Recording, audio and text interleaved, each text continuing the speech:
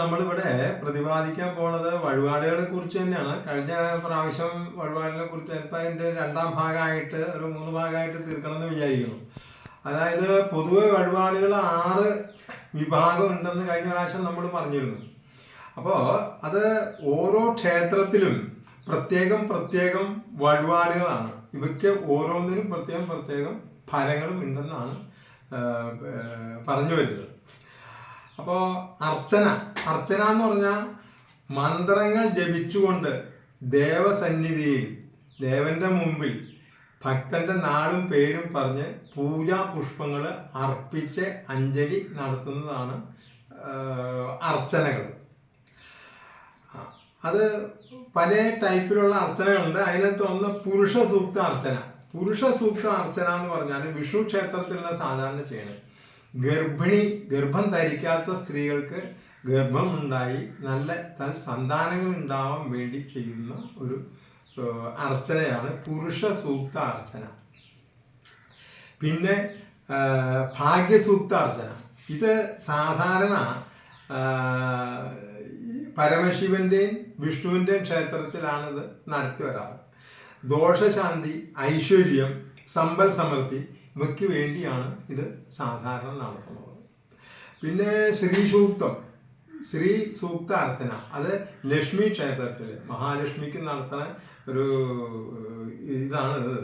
അത് സമ്പൽ സമൃദ്ധിക്കും വേണ്ടിയാണ്, അഭീഷ്ട സിദ്ധിക്ക്, സമ്പൽ സമൃദ്ധി ഇങ്ങനെ ഉള്ള കാര്യത്തിന് വേണ്ടിയാണ് ഇത് നടത്തുന്നത്. പിന്നെ അടുത്തത് ഐകമത്യ സൂക്താർച്ചന. അത് നമ്മുടെ വിഷ്ണുവിങ്കലാണ്. സാധാരണ വിഷ്ണു ക്ഷേത്രത്തിലാണ് ഇത് നടത്തുന്നത്.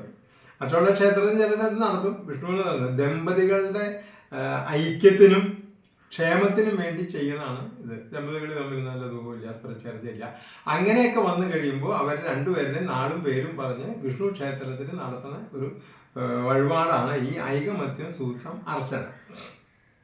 അത് തുടർച്ചയായി 4 ദിവസം അല്ലെങ്കിൽ ആഴ്ചയിൽ 1 വച്ച് 1 മാസം, അല്ലെങ്കിൽ മാസത്തിൽ 1 വച്ച് 4 മാസം, ഇങ്ങനെ പല വിധത്തിലും നടത്തും. അതിപ്പോൾ നിങ്ങളുടെ പ്രശ്നത്തിന് നോക്കാൻ ചെന്നപ്പോൾ ആ ജ്യോത്സ്യൻ പറയുന്ന അനുസരിച്ച് അവരുടെ ഉപദേശപ്രകാരം നടത്തുക.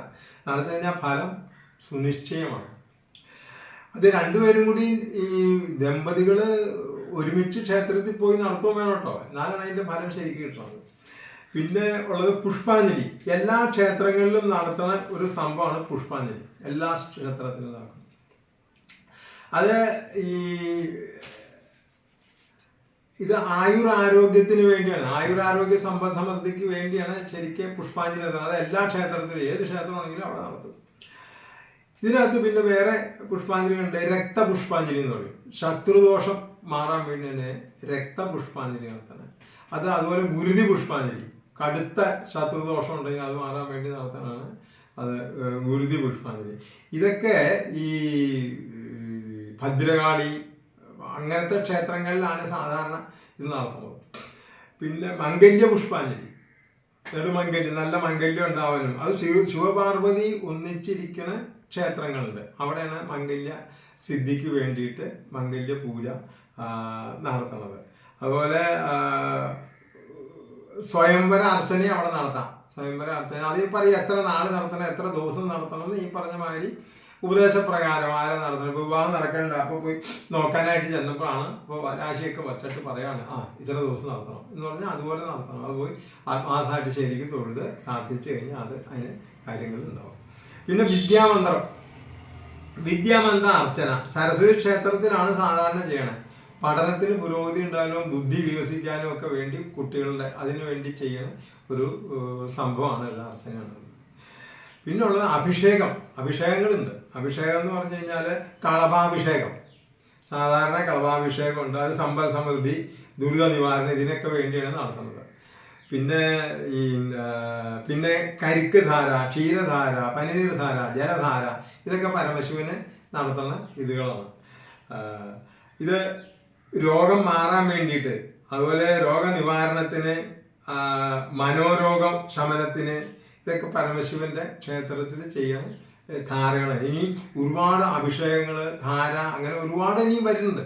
അപ്പൊ അത് അടുത്തതില് നമുക്ക് വിശദമായിട്ട് ഇപ്പൊ പരമശിവന്റെ അവിടെ ചെയ്യേണ്ട അർച്ചനകൾ ഏതൊക്കെയാ, അതുപോലെ ധാര, ഏതൊക്കെ ധാര, എവിടെയൊക്കെ, എങ്ങനെയൊക്കെ, അതങ്ങനെയുള്ള കാര്യങ്ങൾ അടുത്ത എപ്പിസോഡിൽ നമുക്ക് നമ്മൾ വിശദീകരിക്കാം.